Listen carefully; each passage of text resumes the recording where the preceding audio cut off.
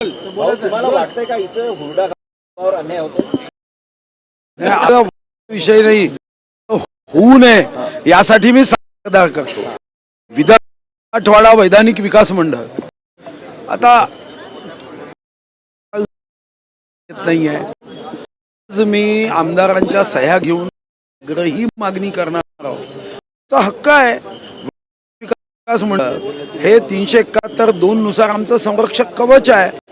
तुम्ही जर हे कवच काढून टाकलं तर जो निधीचा उपयोग आहे तो विदर्भासाठी होणार नाही. आता असंच होत आहे नोकरीच्या बाबतीत. जेव्हा मी विदर्भाच्या लोकसंख्येत करा तू नोकरी दिली पाहिजे तर दिल्या जाते का, तर ते सांगताय की वैधानिक विकास मंडळ अस्तित्वात नसल्याने यावर आम्ही भाष्य करू शकत नाही. निधीच्या संदर्भात दाखवताना अर्थसंकल्प निधीचं समन्वय वाटप दाखवलं जातं, पण तसा खर्च झाला का याची यादी मागितली जाते तर त्याचं उत्तर येत नाही. आणि म्हणून मी आग्रही भूमिका मांडली. विदर्भामध्ये येऊन हुरडा खा, अतिथी देवो भव. तुम्ही आमच्यासाठी देवा समान आहे, पण वर्तणूक ही देवाची ठेवा, देणाऱ्याची ठेवा. तुम्ही इथं येऊन हुरडा खाऊन वापस जाल तर हे विदर्भाच्या आणि मराठवाड्याच्या वर अन्याय करणार आहे. आणि या दृष्टीने माझा आग्रह राहिलाय की ज्या विदर्भामध्ये, ज्या नागपूरला मी हृदय मानतो, देशाचं हृदय मानतो, त्या हृदयस्थानी बसून जर आम्ही सर्वंकष विचार केला नाही, या विभागातील आमचे आदिवासी बांधव बंधू भगिनी असेल, अनुसूचित जाती जमाती बंधू भगिनी असेल, इथं असणारा मोठा वर्ग हा गरीब आहे. आजही आमच्या विदर्भात 125 जे तालुके ह्युमन डेव्हलपमेंट इंडेक्स अन्याय करू नका ना. पुणे विभागात रस्ते, पुणे विभागात 11,000 कोटी काम मुंबईकडे, मग आम्ही काय करायचं? म्हणून वैधानिक विकास मंडळ पाहिजे, संरक्षक कवच आहे. एका गावामध्ये सीमावाद गुजरात सरकारनं 500 मीटर आत स्वतःचे बांबू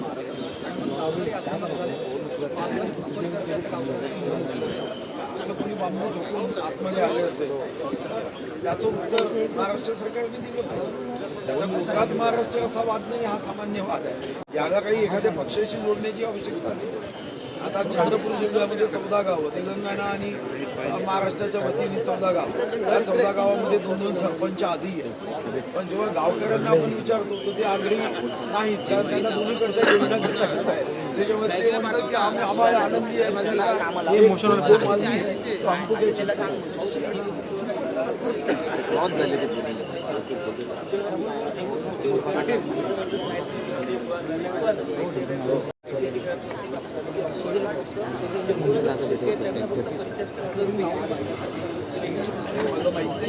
गोष्ट आहे. मुख्यमंत्री निधीमधून आपण पूरग्रस्त हा त्या मुख्यमंत्री निधीच्या साईचा साधारण उद्दिष्ट. त्यासाठी सरकार विभाग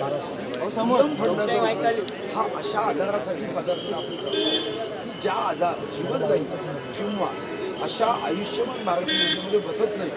गरीब कुटुंब आहे, या दोन्ही योजनेमध्ये न बसणाऱ्यांना मदत केली पाहिजे. त्यातून आरोग्यासाठी आपण मदत केली. पूरग्रस्त किंवा अशा सरकारमध्ये अनेक विभाग आहेत त्यांच्याकडे पीडीसी मध्ये सुद्धा या संदर्भामध्ये आपण निधी राखली.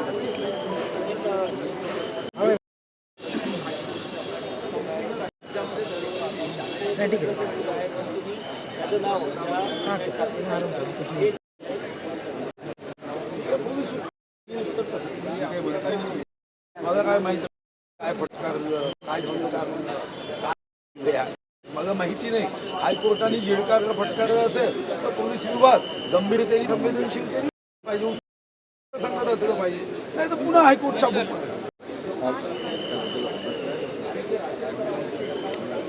माझा एक सल्ला आहे. त्यांनी वैधानिक विकास मंडळ होऊ दिलं नव्हतं, अजून निष्ठ करावी आणि विधान परिषदेमध्ये मराठवाड्यावर प्रेम व्यक्त करा.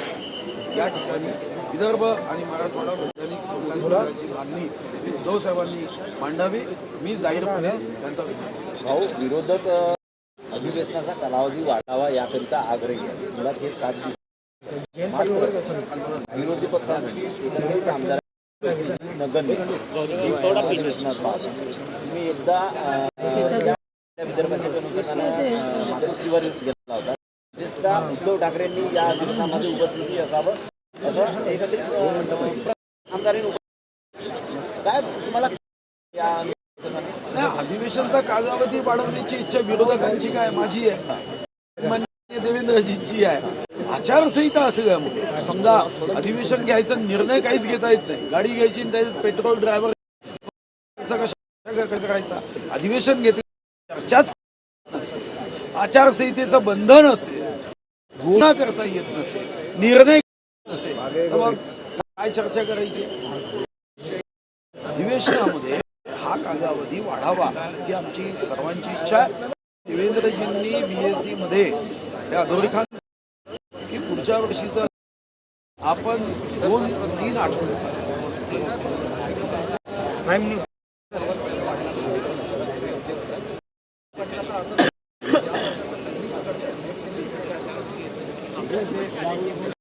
अशा पद्धतीने पूर्ण ते मोजावं लागतं. त्यांना कुत्री पकडता येत नाही, ते बिबट कसे पकडे होते, या त्यांच्या डायलॉगला काही अर्थ नाही. कारण बिबटे पकडण्यासाठी ज्या गोष्टीची आवश्यकता असते कायद्याचे पकडावं. मग जयंतराव कुत्र आणि बिबट पकडू शकेल का जरा विचार. थँक्यू भाऊ.